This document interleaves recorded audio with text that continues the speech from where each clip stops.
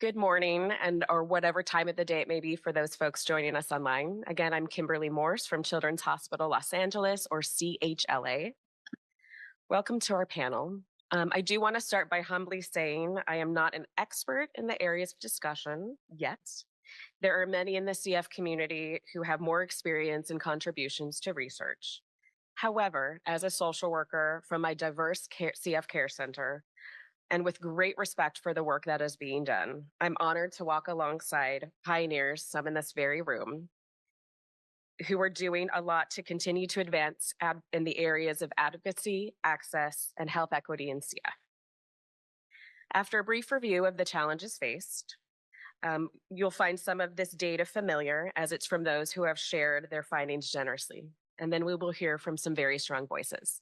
Thank you to CFRI and Siri for inviting me to share in this work that we are very passionate about. You've likely heard of her name if you don't recognize her photo. This is Dorothy H. Anderson, the physician and researcher who first discovered and named CF in 1938. This is a snapshot from her literature, as you may see outlined in the red, that acknowledges a wide racial distribution in CF that somehow becomes buried later. And many are working 85 years later to still challenge the perception amongst the public and medical practitioners that CF is a white disease. The education and advocacy continues. Unbalanced panels nationwide still exist. A misdiagnosis can be more likely depending on the state in which one is born. If you're born in Mississippi and don't have Delta F508, you'll be missed, versus if you're born in New York State.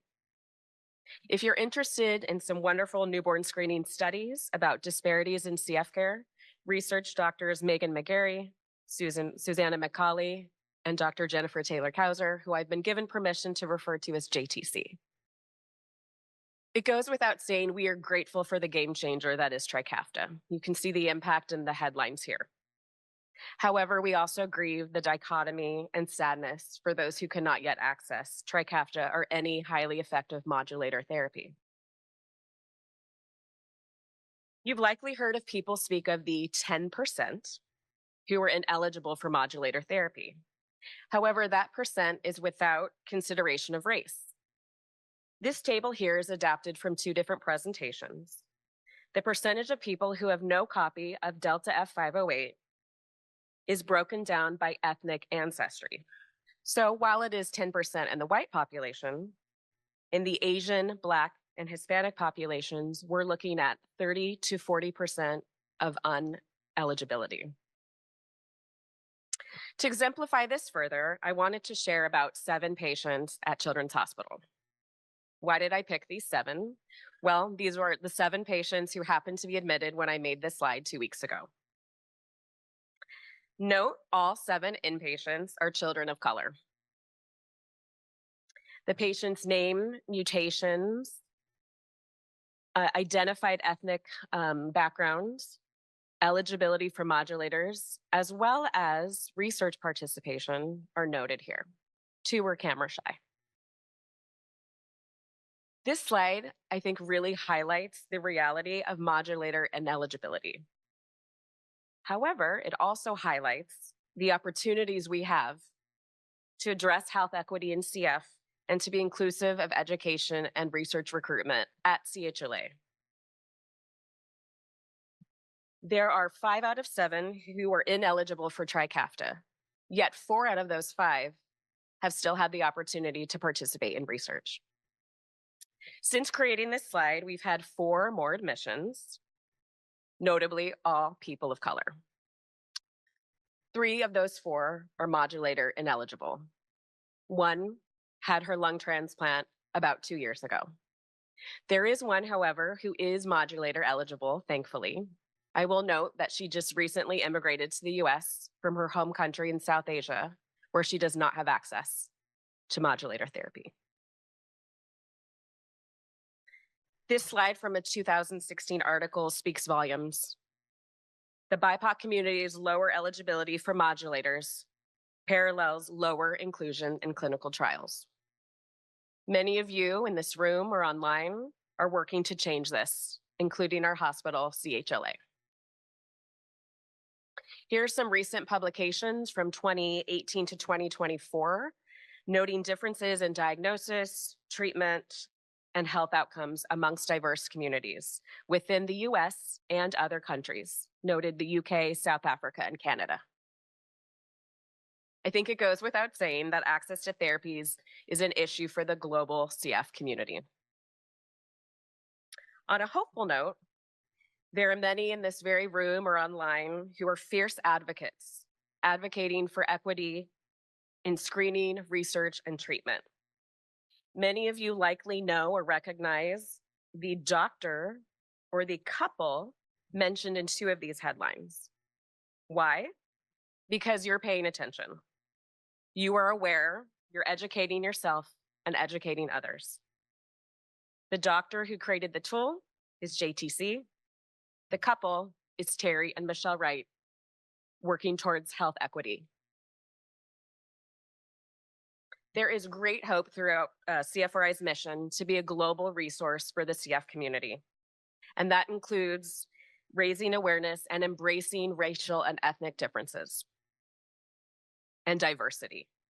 This panel, similar forums, creation of the printed info, films, podcasts in various languages, including this conference, where there's available captioning and subtitles, is all with a purpose to serve a diverse audience.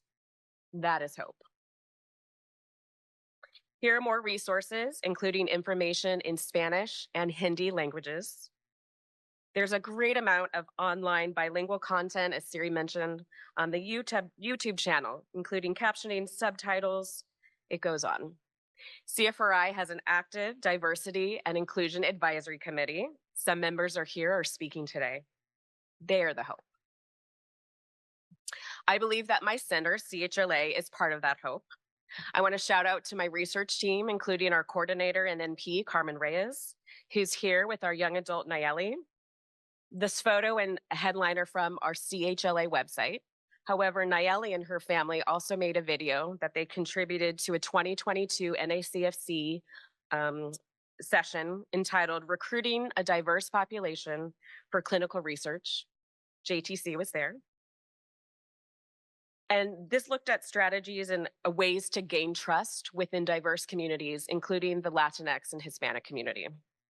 Some takeaways were the importance of diverse research team members and providers, including those like Carmen Reyes, and sharing strategies amongst care centers. 30% of our patients at CHLA are modulator ineligible, including Nayeli here, who identifies as Latinx Hispanic. I think that's covered up. Yet she is participating in research. Nayeli is bilingual in Spanish and English, though her father prefers Spanish language. So at our center, in addition to Spanish, we have found Bengali, Arabic, Russian, and most recently Urdu to be preferred languages of at least one parent at our center. Here are some Latino-focused partnerships and programs, including the Center for Latinos with CF, directed by Dr. Megan McGarry, who are working to advance the field of health disparities. We also have the partnership and awareness campaign between the Banel Foundation and Genentech. We are the extended CF family, or Somos la Gran Familia CFEQ. They're doing work to help close the health equity gap. There is hope in the African American and Black CF community. If you don't recognize the man on the left, I hope you do. Please research him. His name is Terry Wright, and he's the founding president of the the National Organization of African Americans with CF. He's taught us many things, including the lesson of the importance of health providers recognizing their own racial bias. We have Rachel on our right, who you also see on the screen, who is part of that organization and will share her story. The headline here, you'll learn about her struggles and triumph, and you'll find out who that Colorado specialist is. So while there are evident gaps in care, we educate ourselves and others. You're here today, you've been here this weekend, you've been in past conferences, you'll learn in the future as well.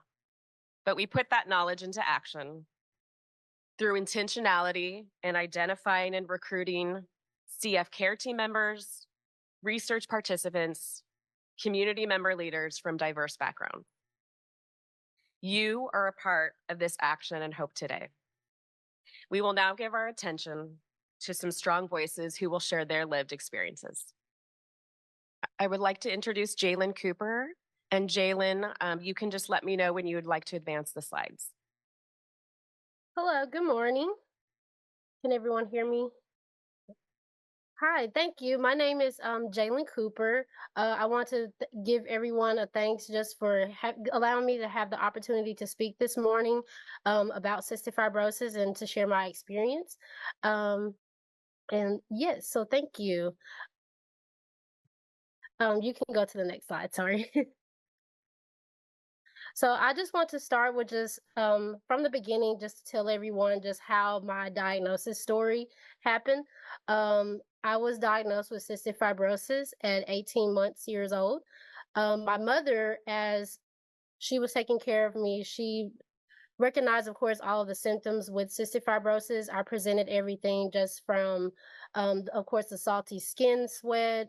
I wasn't able to keep much food down, having a lot of belly aches, things like that. And so, of course, she spent a lot of time, going back and forth to the emergency room, just trying to find an answer. And so, with that, she faced definitely an uphill battle because despite the symptoms and trying to get help from the medical professionals, they initially, of course, looked over my CF as a result from just the color of my skin. And so, with that, they basically went with that assumption. However, my mother, she knew just something wasn't quite right. And so it ended up leading to her to reaching out to get a second opinion from a gastroenterologist, as as we know that CF naturally has issues with gastro issues, and so therefore she went to this doctor. And so after she examined me, she told my mother to go back to my primary care physician and demand that they tested me for cystic fibrosis. And so, long and behold, in fact, it was, and so therefore, it at least granted her at least some peace because now, after this long 18 months, she finally found an answer. However, of course, as we know, cystic fibrosis is a lifelong fight, and so therefore, we still endured many challenges because of it. Um, Luckily, because of her, which is where I feel like I draw my strength from, um, because she was so relentless, she demanded and she wanted to assure that we had an answer. And so her self advocacy is what inspires me in order to be able to advocate for not only just for myself but for other people with cystic fibrosis. And so therefore that's one of the reasons why I, of course, wanted to get involved with helping to increase the mission of finding a cure for CF. um, and even with that, we still endured a lot of struggles. Of course, I've been through several hospitalizations over the course of my life. And of course, many other emergency room visits. And we still face a lot of issues dealing with some healthcare staff. And I can recall for one time where my mother, she was in the room, and of course, we had a doctor that came in, and they actually unfortunately questioned the paternity of my father, who is African American. And so therefore they were just in disbelief that you could have a black child with cystic fibrosis. um Another time I can recall is a time where I was in the hospital and there were a group of doctors there, and which I can remember maybe five or six of them surrounding my bed. And of course, at that time, of course, it was very scary, as I'm laying here and, I'm very sick, and, it almost felt as if I was a, s- a spectacle almost. And it was just everyone, of course, wanted to come and just see who this child was, um, with cystic fibrosis. And so with that, I don't think I understood at the time why it was such a huge deal. But I think as I got older, I realized that, this is something that needs to, of course, be talked about in order to reduce things, and just to be able to understand that, it's not always just about the book cover. Um, Another thing that I wanted to talk about, of course, was just I can only imagine just being well, I imagine being in a high stress situation and of course I can't imagine just someone who may not have had the strength that I had and my mother in order to advocate for themselves. Of course, we go to the hospital to rely on our healthcare staff, our nurses, our doctors, our respiratory therapists, in order to navigate these difficult moments for us. In order to, of course, provide us with the right diagnosis and, of course, the compassionate care with empathy and understanding. And when such assumptions and biases are made with these sorts of things, of course, it interferes with the trust that we have for our hospital system, and we want to be able to trust them because we want to get better. However, it's just those type of things can get in the way of that, and it of course overall impacts the person's health, and it undermines the fundamental role of our healthcare professionals. Um, we also place a great deal of our trust in our medical professionals to act with integrity and competence. And so, therefore, it's crucial that the trust factor is upheld while ensuring that every patient is treated with the utmost respect and consideration, regardless of no matter where their background comes from. Of course, with this, considering all things, I look at it as a way, of course, everything with CF, especially with mutations, comes down to genetics, of course.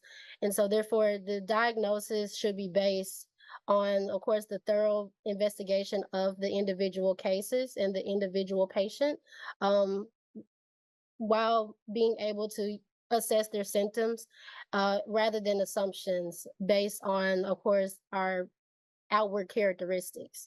Um, Genetics, of course, is a field that encompasses a many array of conditions and variations that rely much more on just the book cover, which is the person's race or appearance. And it can lead to of course, in many cases, before the misdiagnosis and the inadequate care of a CF patient. Instead of healthcare professionals, we should be able to assure that we're, of course, using science in order to confirm um, some of these things, and of course, being able to ensure that the patient receives the personalized care and the accurate evaluation. So, therefore, I look at my experience as a conversation to reveal two critical issues. And the first one, of course, is being able to address any sort of bias and misconceptions as it relates to cystic fibrosis in the healthcare setting. And of course, the continued need in order to discuss cultural competence within the healthcare system. Um, of course, I believe it's crucial that for our healthcare professionals to rely not just on science, but and not on preconceived notions. And I believe that our medical training should include very many rigorous education, continuing education sessions on cultural competence in order to achieve the goal of dismantling biases and improve patient outcomes within the healthcare system. And by focusing on overall just authenticity and empathy and understanding within the healthcare setting, so that way we can better provide quality healthcare services to our patients, regardless of their background. So, therefore, I think that this, of course, is a great opportunity and a great platform in order to have those conversations and encourage open dialogue in order to advance our healthcare quality and mission.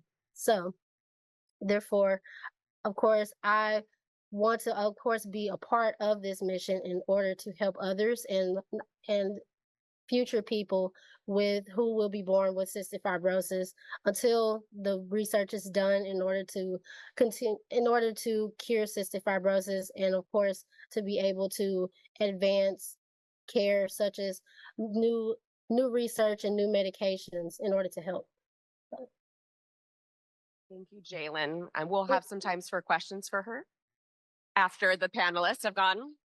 I did want to mention that she's a 28-year-old native of Little Rock, Arkansas. And she had shared that her journey with CF has taught her the importance of speaking up and advocating for herself, as we can see.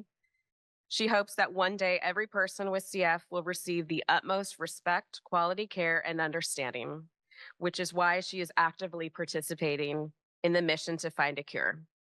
Jalen also serves on CFRI's CF Adult Advisory Committee. And thank you for speaking today, and stick around for questions. Thank you, Thank Jalen. you. Next, I would like to introduce Alicia Maciel.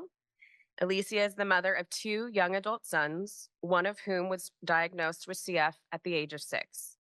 Alicia is a certified leadership coach and mindfulness mentor who specializes in supporting others to build resilience and cultivate well-being.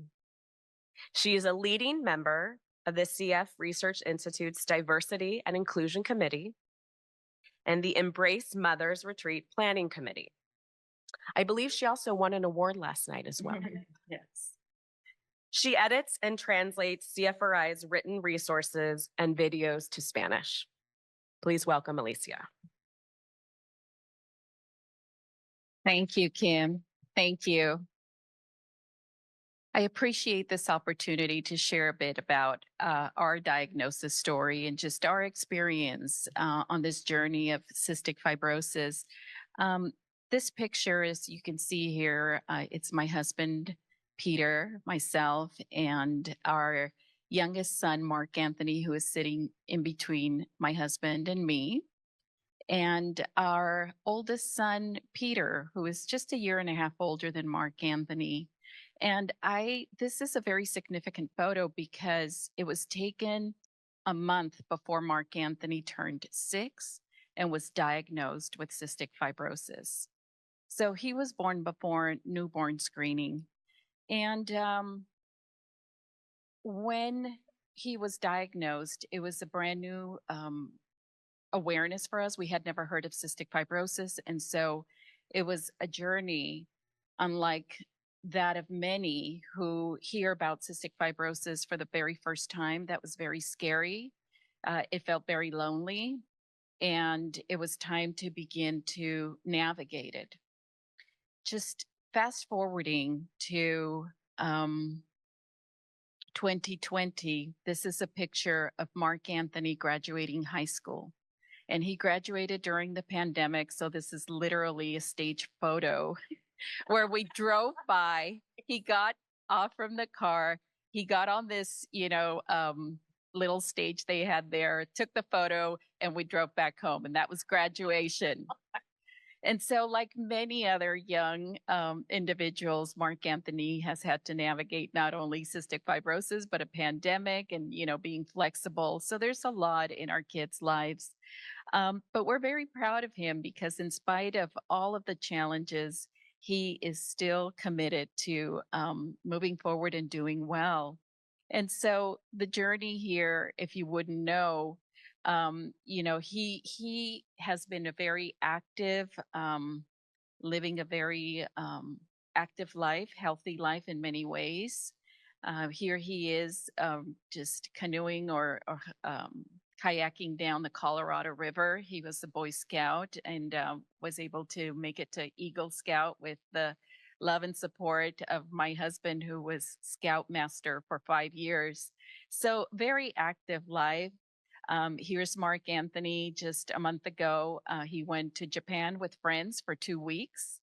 So, of course, with the support of the medical team and all of us trying to figure out how can we equip you with your medications and your equipment. So if you need medical care while you're in Japan, you're going to be okay.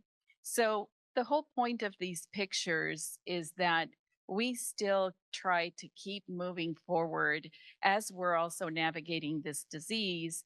And we rely heavily on the support of our care team to support us through this experience. And being of Hispanic descent, as I mentioned last night, we are a Mexican family. The boys were born in this country, but oftentimes it was hard. And I believe that part of the reason why he was not diagnosed sooner is because no one in the medical community thought that Mark Anthony's symptoms could be associated with cystic fibrosis, even though now, in retrospect, there are all clear symptoms of cystic fibrosis, such as issues with the digestive tract, severe constipation. He was in the hospital every year, once a year, with severe constipation. They thought he had asthma, so he also presented problems with the lungs. But no one really thought, oh, this might be cystic fibrosis, again, because we are a Hispanic family and this disease was thought to be Caucasian. And so here we suffered the impact of misinformation, ignorance, and perhaps, unconscious bias. And that is why I sit on this panel today, to bring awareness. And in our experience, we've been very fortunate. Mark Anthony received the bulk of his pediatric care at Children's Hospital of Orange County. I became very active in the Parent Advisory Committee to be a part of the conversation around how we can provide better medical care for the patients and their families so that we could achieve better outcomes, because that's really our common ground, right? How can we truly make a difference in the care and the quality of life that the patients are receiving? And so I felt very fortunate to be able to bring in our point of view and our experience as a family. And some of the things that I noticed that we could do better as medical care providers is perhaps be more curious about meeting and getting to know the families where they are before we start providing the care directives or regimens that have been proven to lead to better outcomes.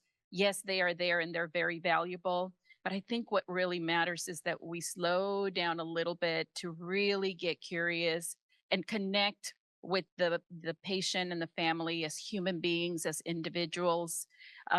It's helpful when we're talking to the dietitian and they come in with their whole list of best practices and recommendations for what's going to help Mark Anthony. If the dietitian first gets to know Mark Anthony and is curious about what type of food he likes, what type of food he eats, what he enjoys, and then maybe build on that toward the recommendations. So it's important to create a space and an environment where the patient and the family feel seen, heard, valued, cared for, included.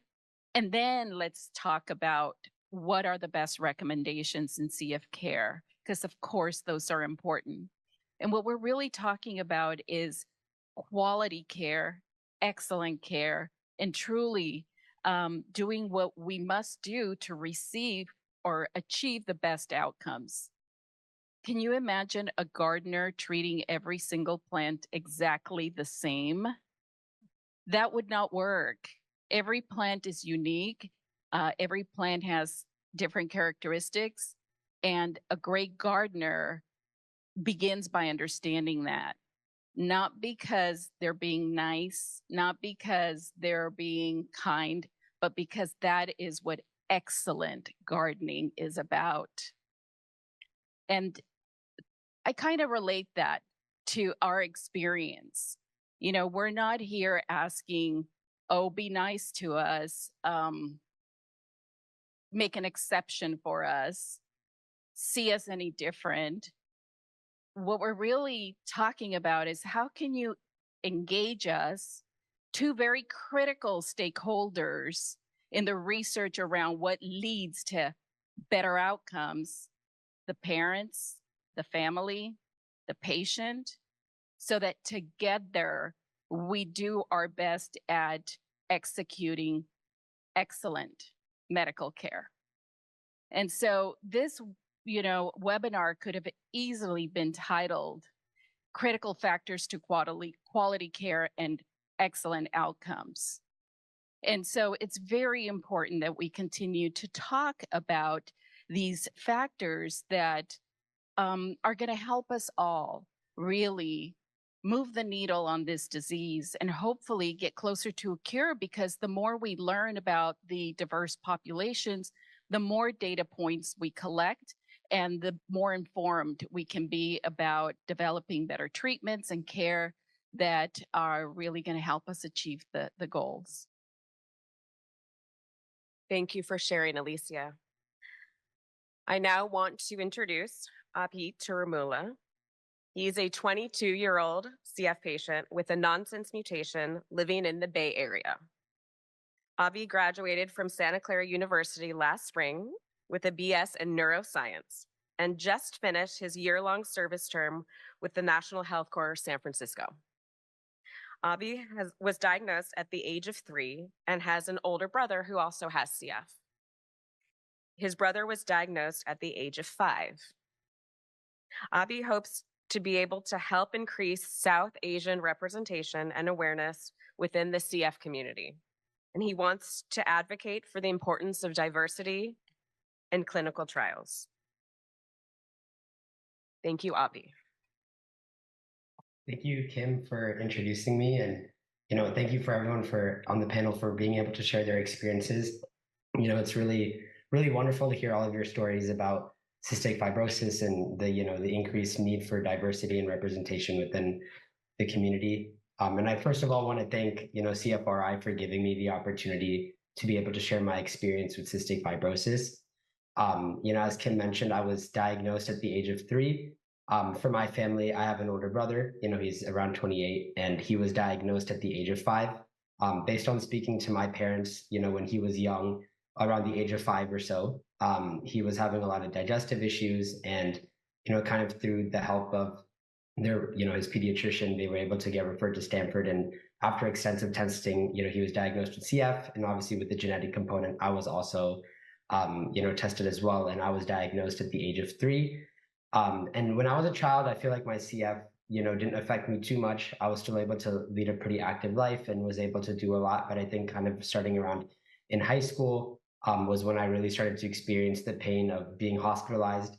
I feel like ever since kind of the beginning of high school, I've been hospitalized pretty much every year on average for around 10 to 14 days, with one of those days being almost a month. And, obviously it's affected my life a lot more over the last 5 to 7 years. And I think, it just kind of seeing the wonderful work that's being done on the advocacy end, it has definitely inspired me to want to play a more active role in the CF community. As Kim mentioned, I'm interested in wanting to become a physician in the future, and I'm really interested in science. And, definitely my experiences with CF have definitely contributed to my career interests and, wanting to be a doctor in the future. And so, definitely have had an increase in the interest of wanting to play more advocacy in the community. And, especially with my mom kind of introduced me to CFRI. She was working with Syria and wanting to increase diversity within the Asian community, just because, when my brother was diagnosed and when I was diagnosed, my parents had never really heard about cystic fibrosis before, and it came to a big shock to them. And, historically, CF has always been kind of painted as a sort of, like white disease, and it's not really been known to be seen too much in the Asian community. But as obviously research has shown, it's a global disease and it affects people of all backgrounds. And just today speaking, I'm mostly speaking from my personal experience today. I've had to do some research, but mostly just speaking about my kind of journey with CF. But whenever I've thought about CF, I've never, to be honest, I've not seen too much from my personal experience. People who kind of were looking like me, other South Asians. But obviously, as research has shown within the Asian community, a lot like South Asians do make up a large proportion of, cystic fibrosis patients within the Asian American community. And I think it's really important when we talk about the Asian American community to obviously, understand that there's a lot of diversity, and it's important to kind of disaggregate that data. And to look at, different, subgroups of people to really understand how the disease affects everyone. And so, for myself, in my personal experience, I've not interacted with too many South Asian patients with cystic fibrosis. But, as I've heard over time, even at my, clinic at Stanford, I've seen more South Asian patients, and I've seen, more parents wanting to be involved, and just kind of knowing how my, parents didn't know much about it. I'm sure that there's other parents that also don't know much about the disease. And, I can imagine how scary that is, being a new parent and having their kid, diagnosed with CF. And so, I just really wanted to be able to create more awareness and create more or increase more representation within the South Asian community, specifically, when it comes to CF, just to, tell everyone that, just to know more about how to navigate that, because obviously CF has played, has affected my life in a large way. And specifically now, I think as I'm entering the workforce and wanting to figure out what I want to do and also just have an active life in my 20s and seeing a lot of my peers who don't have CF being able to lead, kind of fulfilling and productive lives. For myself, this year has been really difficult as I've been in and out of the hospital, multiple times with different episodes of, hemoptysis and other sorts of things. And, I just really wanted to be able to share my story and kind of, connect with other people in the community just to, increase awareness of cystic fibrosis. And, just kind of some background on myself as well. I'm not eligible for modulator therapies, and, just kind of hearing the introduction that Kimberly had given earlier about, the data, it was really alarming to see how BIPOC individuals with CF, many of us, don't have copies of the Delta 508. And so that makes a lot of us, ineligible for modulator therapy. And, it is really important to obviously increase, that access to modulator therapies for people that don't obviously have Delta 508, just because, seeing the benefits of it, of people that do, that are eligible for it, and seeing how their lives have changed so much, I definitely want the rest of us to also be able to benefit from that. And, it's important to see that research kind of growing. I've been really fortunate to be able to work with organizations like Emily's Entourage and had the opportunity to speak at an FDA listening session. That was actually one of my first ever advocacy events. And it was really, really powerful just to speak with other CF patients and kind of hear their stories, just because I think CF can be a very isolating kind of disease, not being able to interact with other individuals with CF. And personally, I haven't known anyone, within my inner circle that had CF outside of my brother. And so a lot of times growing up, I felt very, very alone. And so, I think just being able to hear everyone come to, at these conferences, which has just been so amazing to see everyone come together and talk about this disease and wanting to find a cure, it's just really powerful for me. And it's just amazing to see how everyone is just wanting to come together and find a cure and just kind of support one another, just because, CF can be a very burdensome disease and can be very, very overwhelming and exhausting. But I think as the data has shown, it's really important to increase diversity on clinical trials. As I've mentioned before, and as others have mentioned, CF does affect many, people of all backgrounds, of all racial groups. And so it is really important to have everyone kind of represented in these clinical trials so that we can, have more data to understand, how the disease affects everyone. And I think it's important for everyone to also get the care that they deserve and, increase genetic testing as well, with the newborn screenings and seeing, I was trying to look for the slide specifically, but seeing, the panel variants that were, tested, and seeing how some states only test for one variant while others are able to test for a lot more. It's really important to just increase that overall so that we don't have any diagnoses going forward and everyone get the care that they deserve. And so, yeah, what I would like to say kind of on a final note is that it is really important to have increased diversity in these clinical trials. It's important for everyone to get the care that they deserve and that they need. And I'm very grateful for the care that I've received at Stanford. And, I know my parents are definitely very grateful as well. And, I think it's really important going forward for clinical trial staff, people of all backgrounds, be represented, just so that we know, how the disease affects everyone and, kind of being able to, reduce those disparities that we, have seen and, kind of avoid that going forward. And so, yeah, thank you so much for, listening to, to my story. And, it's been really amazing being able to work with CFRI, and I hope to kind of carry that into the future. Thank you so much. Thank you for sharing, AbbVie. Our final panelist is Rachel Alder. Rachel is a young woman with CF from Salt Lake City, Utah. Ray was diagnosed with CF in January 2023 at the age of 26, overcoming racial bias, health disparity, and rapid health deterioration. She is a fierce advocate and has been since her early childhood years. Ray serves on the board of directors of the Utah Pride Center, as well as the Bunnell Foundation board. Thank you, Ray. Hello. Thank you for this wonderful opportunity to be with this incredible group of panelists and share a little bit more of each of our stories with you today. I am going to have you skip forward a couple of slides if that's okay. So as far as my early years with CF, thank you.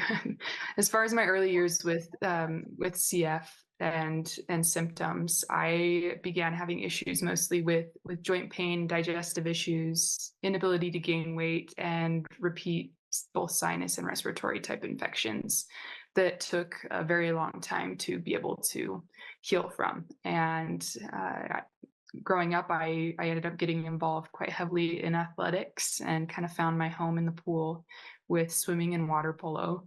But one of the things that did hinder me a lot in that process was what we thought to be asthma, as I was diagnosed, as well as exercise-induced asthma. So the swimming and water polo definitely, I think, helped me with the cystic fibrosis that we didn't know I had at the time, but also kind of stirred up a lot of issues with my lungs during that time and made it quite difficult for me to breathe at that level of exertion. We can skip to the next slide. So growing up, I was adopted and did not have really any genetic or family history growing up. And we didn't know the significance of that at the time, but it will come into play into my story here in a moment. But as I reached college, I was able to play water polo and swim in college for a year and kind of lived out my dream year. But my digestive issues, as well as the infections, became too much for me to be able to continue to compete at such a high level. Unfortunately, I was later misdiagnosed with what we thought to be lupus at the time and rheumatoid arthritis. And I spent a lot of time on some pretty heavy medications that tended to make me even more sick, unfortunately, and really led to quite an intense cycle of hospitalizations, infection, lung damage, and rinse and repeat the cycle all over again.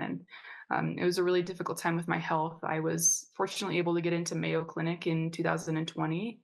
Right after I had COVID for the first time, which hit me incredibly hard with pneumonia and caused quite some damage to my lungs as well.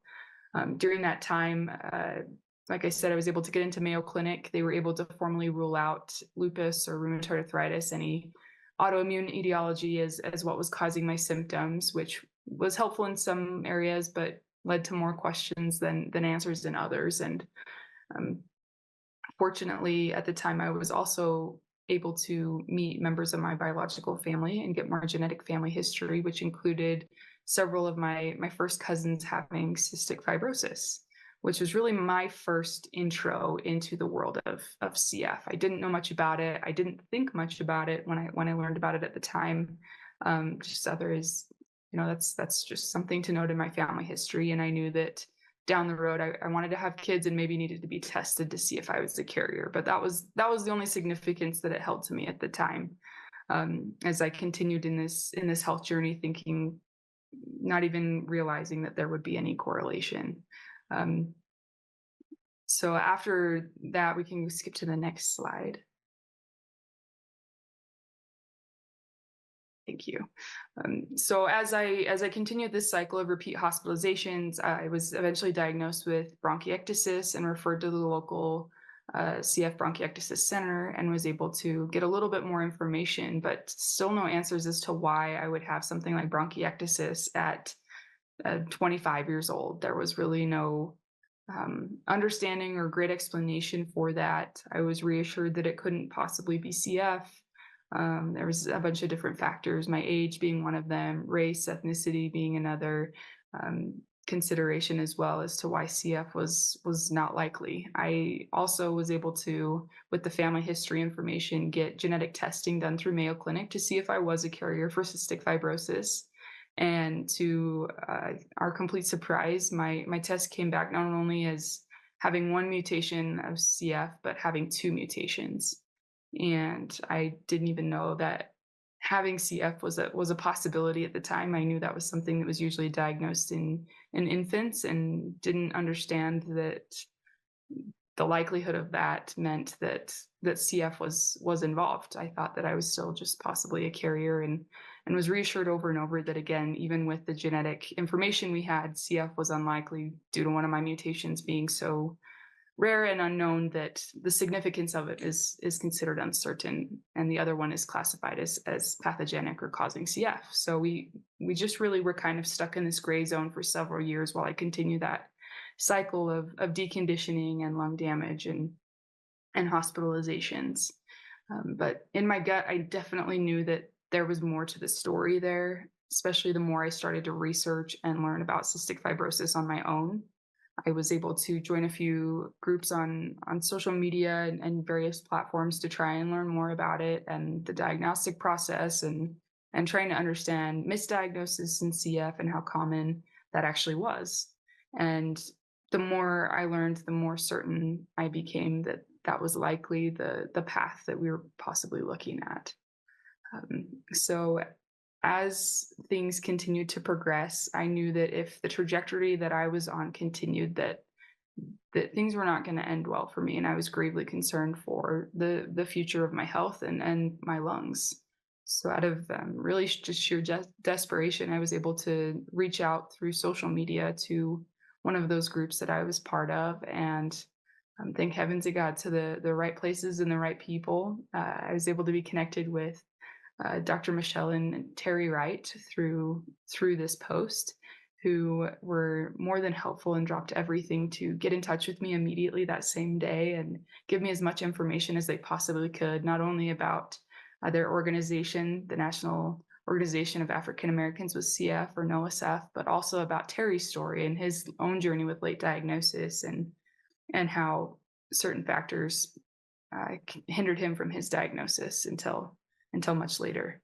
And they were able to get me the information that I needed to know where to really head with this, because I just felt like I wasn't really getting the answers I needed locally. And they were able to connect me and recommend me to do everything that I could to get to one place and to see one person, and that was to National Jewish Health and to see Dr. Taylor Cowser.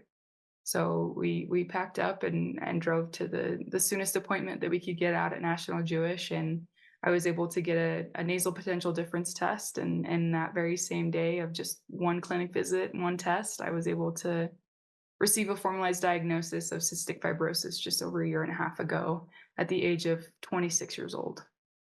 And I'm incredibly grateful for the components of self-advocacy and collective advocacy as well in our community, because it's through both of those methods that I was really able to get my diagnosis of cystic fibrosis and figure out what we were really looking at, and be able to kind of find the missing puzzle piece that really made all of my health issues from birth make a lot more sense to myself as well as my family.